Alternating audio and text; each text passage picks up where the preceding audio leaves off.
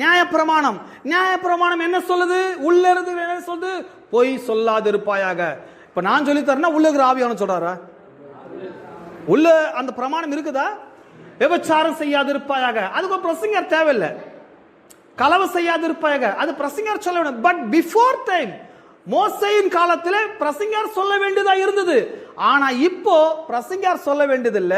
பிரமாணம் எல்லாம் இப்ப எங்க போய் ஸ்டோரேஜ் ஆச்சு?